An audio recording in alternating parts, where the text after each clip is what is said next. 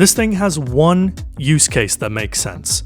One. It's overkill for 90% of PvE and absolutely not your first, second, or even 17th pick in PvP. You would have to be insane to want this gun because it's really stupid and doesn't make sense to main outside of that one use case. And yet, because it's so good at what it's meant to do, it's absolutely brilliant and you're going to suffer through weeks of RNG to get it.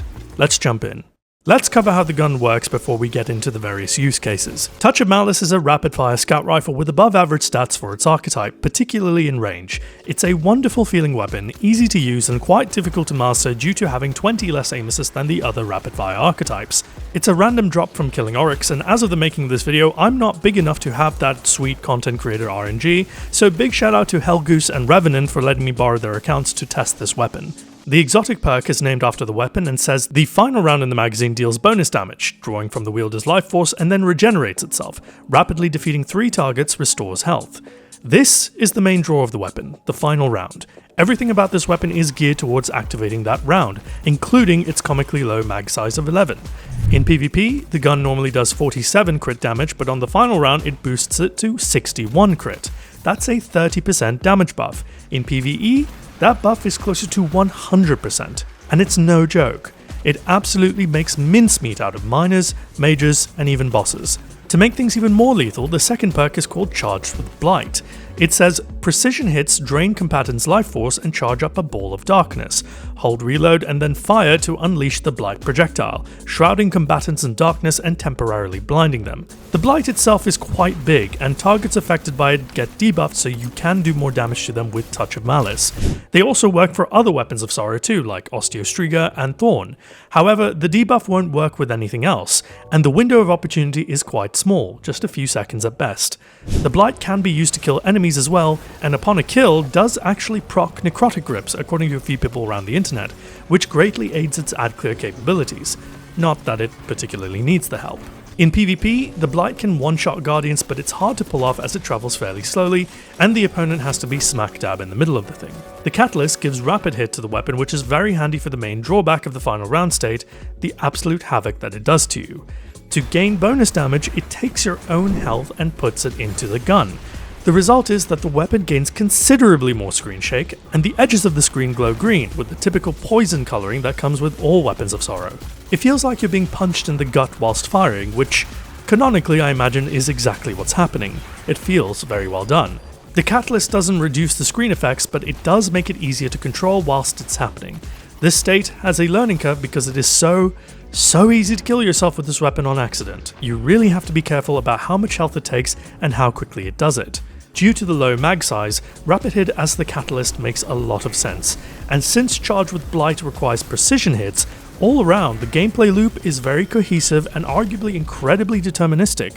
It's as good as you are, which is exactly what I love in a weapon. Easy to pick up, difficult to master. And that brings us on to actually using this weapon in the game, and this is where it starts to get a little bit weird.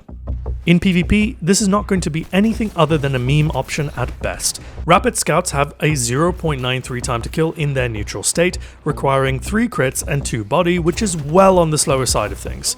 We ranked Rapid Fire Scouts on the low end of okay in our last video, covering every weapon archetype, and whilst Touch of Malice is comfortably the best rapid fire due to its stability and catalyst, it's still got the same damage profile.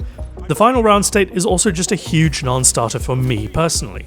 3 crit, 1 body for a 0.46 second time to kill is really appealing, but only if you can guarantee that you'll do it when the enemy isn't looking at you. It may have the fastest primary time to kill in the game, but if you're using it, you're also going to make life a hell of a lot easier for your opponent. Because you're taking damage as you're doing increased damage, all you're doing in reality is making gunfights either way a lot quicker. Even if you're perfect with it in a duel, you'll both be dead in under half a second because you're helping the enemy kill you.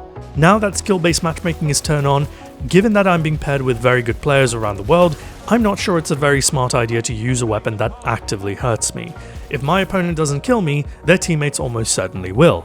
For lower skill players who face off against players with less than perfect aim and spatial awareness, you may find success with this weapon, especially given its overall ease of use. Alright, that's enough PvP talk for a PvE gun. Let's dive into the bones. In everyday PvE, in its neutral state, this gun is serviceable just like anything else. Decent damage and fast fire rate. The final round state trivializes everything and makes things like public events an absolute joke. Nothing will come close to its destructive power outside of specials and heavies. In mid-game PvE, like Dares of Eternity and Gambit, it again makes short work of pretty much everything you pointed at. It was surprisingly adept too at being an invasion weapon in Gambit, even if the final round caused me to kill myself a few times. Dares in particular is ad heavy, and the bonus damage is just so addicting that you'll never want it to stop. It certainly took some getting used to, and I wasn't used to having to think about my weapon potentially killing me whilst doing something so fundamentally routine. For mobile ad clear, a Devour build greatly aided in keeping my hide alive more times than it had any right to. I've heard from some friends that if you use a Lorelei Titan, the low health automatically triggers a healing sunspot, so you can literally fire all day long and not take a lick of damage. There's a lot of different ways to build into the health regen, and if you want to use this thing for ad clear, it's almost mandatory. For endgame PvE, like Legend Lost sectors, this is where the gun starts to make some more sense. Not that it didn't before, it was just absolutely overkill for situations that it wasn't designed for. In a target-dense environment where enemies could tank a significant amount of health, the final round state paired with the Blight just clicks. Of course, the peril of self-inflicted misery remained throughout, but you finally start to get the sense of the true purpose of this weapon, to do crazy damage to enemies that just won't die as quickly as they should, like in Grandmasters or Raids. And indeed, that's exactly where it's been shining the brightest. I'm going to keep this clip from Glad up in the background to illustrate perfectly the gameplay loop of Malice, combined with the sheer damage output it can achieve, with multiple examples of it being used by the fire team. And of course, the setup in a Wild Radiance for constant healing, so there's zero chance they die in the process. Not to mention a Divinity for good measure, because Divinity is the best weapon in the game and everyone's too afraid to admit it. And it's so good when you set it up right, in the right situation with the right fire team against the perfect target. But that's a lot of qualifiers, and not everyone raids, so is it worth the hassle? With any exotic, of course you have to consider that it needs to have a certain thing that it's good at, right? Otherwise, it's not worthy of your exotic slot in the first place. Its functionality certainly ticks all the boxes, and yet in testing this weapon, there's not one thing it can do that others can't already do in some capacity. In PvP, it's not good. Forget it. I'm not using a weapon that damages you in the process in the middle of a high skill bracket game in Crucible. It's not even remotely worth the exotic slot too. It's supremely overkill for most activities in PvE, and for those that aren't disciplined about using it, it will catch you out and kill you more than you'll care to admit. It requires a build to take full advantage of it, a build which is almost certainly going to be centered around healing, which you can argue is a little boring. And with so many very good ad clear options already, with builds that amplify their destructive power, why bother with Touch of Malice? In endgame PvE, it starts to show some of its value by making bullet spongy enemies far more easy to kill, at the risk of being perpetually one-shot all the time.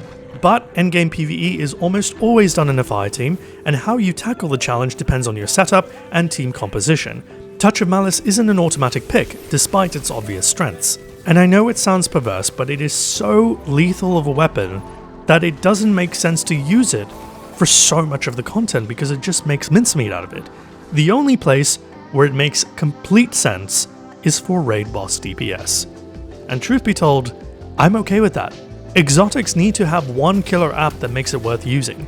Dead Man's Tale has a 180 RPM hipfire for that yeehaw fantasy. No Time to Explain gives you 2 weapons in one to make your Crucible opponents wish that they were still trying to go pro in Apex. It can be argued that Touch of Malice is a weapon for all activities precisely because it's overkill. And you'd be right, but you could make the same argument for a lot of exotics. The question shouldn't be, how good is it everywhere that I use it? The question should be, where can I use it where it's a clear contender for best in slot? As it turns out, it's a contender to be used throughout one category of activity that houses some of the best guns and armor currently in the game, raids. And for that reason alone, it's worth the grind. You might use it in everything, go nuts, but you'll definitely use it for when the going gets tough. It's going to take some getting used to, and it will almost certainly get you to start build crafting if you haven't already. But when you dial it all in and absolutely go to town, you're going to be addicted to the power of the darkness.